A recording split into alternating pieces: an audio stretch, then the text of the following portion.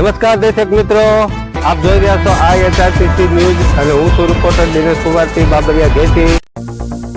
નમસ્કાર દર્શક મિત્રો, ઓડિયો સાથે આપનું હાર્દિક સ્વાગત છે. ભાવનગર શહેર અને જિલ્લામાં ઈદ ઉલ ફિત્રની ભવ્ય ઉજવણી કરવામાં આવી હતી. શહેરના નવાપરા વિસ્તારમાં મસ્જિદમાં મુસ્લિમ બિરાદરો મોટી સંખ્યામાં એકત્રિત થયા હતા. તેમણે ઈદની ખાસ નમાઝ અદા કરી હતી અને અલ્લાહની ઇબાદત કરી હતી.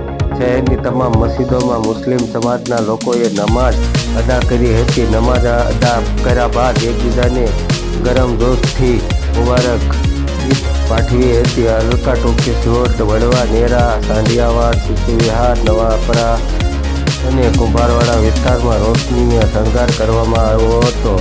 ઈદના ખાસ પ્રસંગે મુસ્લિમ બિરાદરોએ મીઠાઈ અને ખીર ખુરમાથી આપ લે કરી હતી.